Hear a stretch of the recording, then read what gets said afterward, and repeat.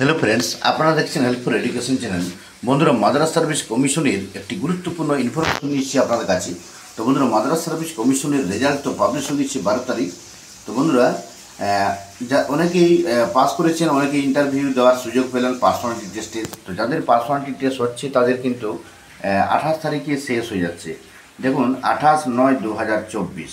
তো এখন আমাদের একটা দুঃখের বিষয় যে এই যে Madras service commission result publish হয়েছে, কিন্তু যেখানে অ্যাডভার্টাইজমেন্ট বা যে নিয়োগকে কিন্তু বলা হয়েছিল যে গ্রুপ ডি এবং সঙ্গে ল্যাব অ্যাটেন্ডেন্ট পদে দুটাতে কিন্তু ভ্যাকেন্সি ছিল। এই ল্যাব অ্যাটেন্ডেন্ট পদে কয়েকটি জেলায়, নদিয়া, মুর্শিদাবাদ এবং 24 পরগনা কয়েকটি জেলায় কিন্তু ভ্যাকেন্সি ছিল।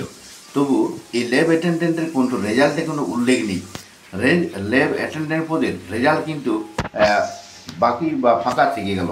এখানে কিন্তু দেখা গেল না যে ল্যাব অ্যাটেন্ডেন্টের রেজাল্ট পাবলিশ হয়েছে বলে। এখানে কিন্তু উল্লেখও করা আছে, দেখুন গ্রুপ ডি পিওন কিন্তু ওখানে উল্লেখ করা আছে প্রত্যেকের রেজাল্টের সঙ্গে।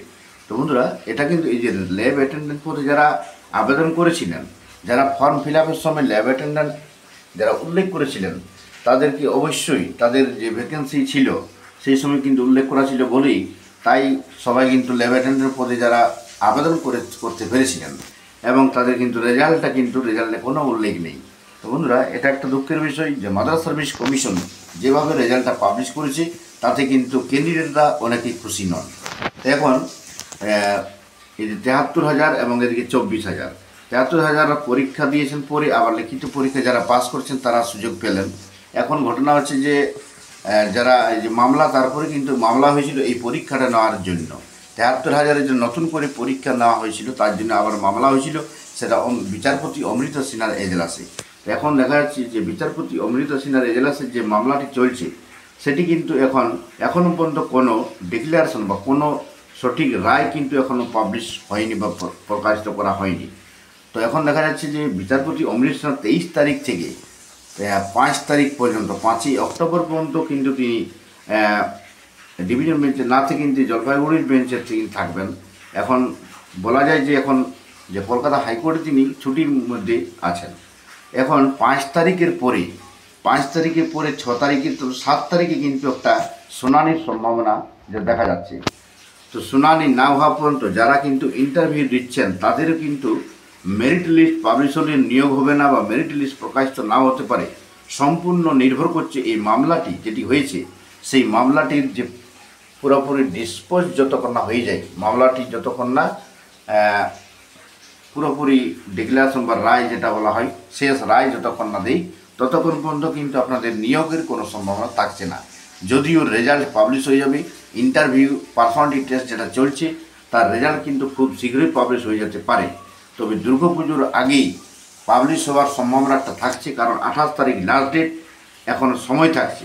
সেই হিসাবে মাদ্রাস সার্ভিস কমিশনের একটা ভয় আছে যে এই যে মামলার উপর মামলা আবার যদি হয়ে যায় তাহলে কিন্তু নিয়োগ আর হবে না, মুশকিল হয়ে যাবে। তাই নিয়োগের সম্ভাবনাটা যদিও মুশকিলে, কিন্তু Madras service commission merit list publish করতে পারে এই 28 তারিখের পরে। এখন 28 তারিখের পর আমরা দেখা যায় কিন্তু নিয়োগ হবে না, কারণ যেহেতু বিচারপতি যে অমৃত সিনহা যেটা রায় দিয়েছেন যে এই যে মামলাটি যেটি যতক্ষণ না পর্যন্ত ডিসপোজ হয়, যতক্ষণ না পর্যন্ত এই মামলাটির পুরো শুনানি হয়, শেষ শুনানি, ততক্ষণ পর্যন্ত কিন্তু এই মাদ্রাস সার্ভিস কমিশনের কোনো রকম করে নিয়োগ এখন করা হবে না। এখন ঘটনা হচ্ছে যারা ল্যাব অ্যাটেন্ডেন্ট পদে আবেদন করেছিলেন তাদের কিন্তু খুব দুঃখের বিষয় যে তাদের জন্য কোনো পোস্টে কিন্তু আমরা দেখলাম নি, যে আমরা রেজাল্টে উল্লেখ নেই যে একটা ভ্যাকেন্সিতে, যদিও তো ভ্যাকেন্সি উল্লেখ করা ছিল। এখন এবং আমরা তো জানি যে যারা মাদ্রাস সার্ভিস কমিশন যারা পরীক্ষা দিয়েছেন, লিখিত পরীক্ষা বা 24,000 বা 73,000, সবাই খুশি আছেন এই যে প্রক্রিয়াটা সম্বন্ধে, যেভাবে রেজাল্ট পাবলিশ হয়েছে। যে পার্সোনালিটি টেস্টের জন্য যারা সুযোগ পেয়েছেন, অনেকেই বলছেন যারা, এবার যাই হোক না কেন, অনেকেই কনফিডেন্স আছেন যে 15 নম্বর যে পরীক্ষাটা হয়েছিল, 8 নম্বর ইংরেজিতে, 7 নম্বর অঙ্কে, অনেকেই বলছেন আমার 15 পাওয়ার একটা সম্ভাবনা আছে। কনফিডেন্স থাকা সত্ত্বেও তিনি কিন্তু সুযোগ পাননি, তার কিন্তু মেরিট লিস্টে নাম নেই। এই যে কথাটা আছে পার্সোনালিটি টেস্ট যেটা লিস্টে তার নাম নেই। এরকম কিন্তু অনেকের কাছে শোনা যাচ্ছে।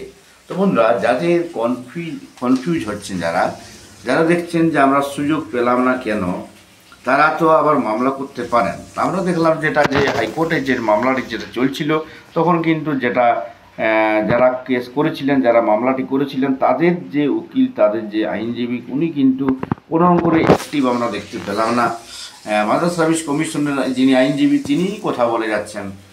তো ভালো আইনজীবী ধরে আপনারা কিন্তু মামলাটি করতে পারেন। আর একটা কথা বলা হচ্ছে, ল্যাব অ্যাটেন্ডেন্ট করে যারা আবেদন করেছিলেন, আর যারা বলছেন, যাদের সন্দেহ আছে যে রেজাল্ট পাস করব আমি, কিন্তু আমাদের পাস করানো হলো না, আমরা ভালো না মার্কস পাওয়ার সম্ভাবনা থাকছে।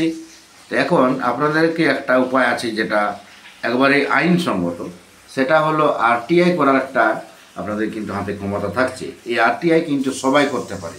মাদ্রাস সার্ভিস কমিশনের যখন আরটিআই কীভাবে করবেন, how to file RTI in the West Bengal Madras service commission, এই আরটিআই করে কিন্তু আপনি কত মার্কস পেয়েছেন বা আপনার লিস্টে নাম নেই কেন, তা কিন্তু আপনারা করতে পারবেন।